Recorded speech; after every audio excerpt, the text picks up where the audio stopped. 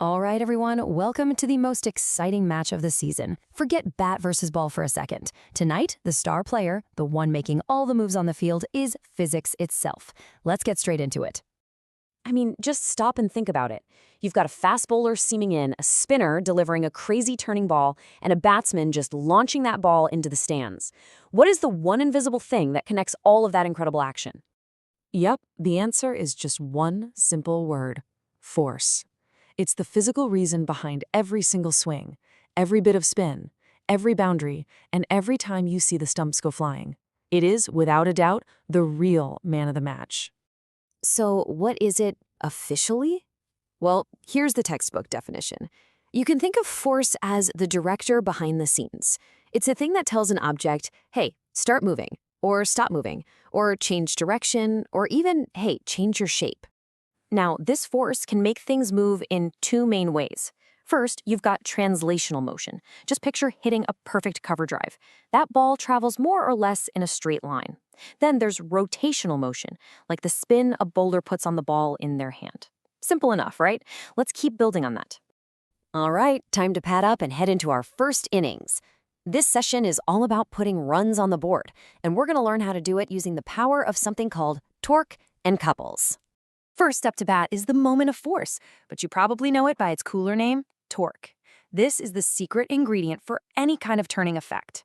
When a batsman swings their bat, they're not just hitting the ball, they're creating torque around a pivot point to generate some serious power. So the magic is all right here in this formula. If you want a really big turning effect, you have two options. Either apply a massive amount of force, or, and this is the clever part, you can just increase the distance from the pivot point. It's all about leverage, getting the biggest bang for your buck. And this quote from our source material just illustrates the point perfectly. I mean, why is a door handle as far away from the hinge as possible? For the exact same reason a batsman uses a long follow-through. You're maximizing that distance to make the job way easier. It's just brilliant. Now here's where it gets kind of cool. We can apply this to spin bowling. By convention in physics, an anti-clockwise turn, like an off-spinner's delivery to a right-handed batsman, is considered positive. A clockwise spin, like from a leg spinner, is negative. I guess physics is a right-handed batsman. Okay, let's bring our next specialist to the crease. Meet the couple. Now, this isn't just any old pair of forces. It's a very specific duo. Two forces that are equal, opposite, and parallel. But, and this is key, they don't act along the same line. Their one and only job is to create pure, clean rotation. And who better to demonstrate this absolute poetry in motion than the master himself? When Sachin Tendulkar played one of those beautiful, wristy shots, his hands were applying equal and opposite forces on the bat handle.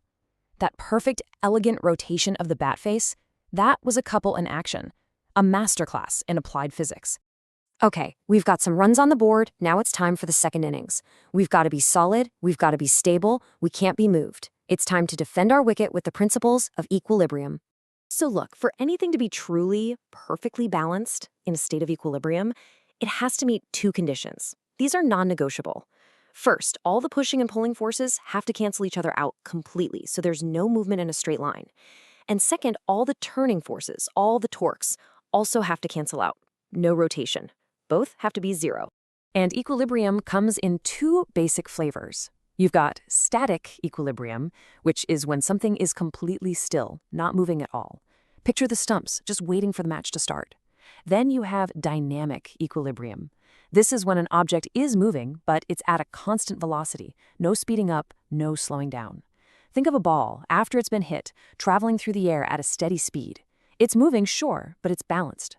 All right, and now, for the final, most baffling part of our game, it's time to face the mystery spinner. Let's unlock the secrets of circular motion. To make anything, literally anything, move in a circle, you absolutely need a force that is constantly pulling it towards the center of that circle. That force has a name, centripetal force. And please remember this, it is a real, actual, measurable force.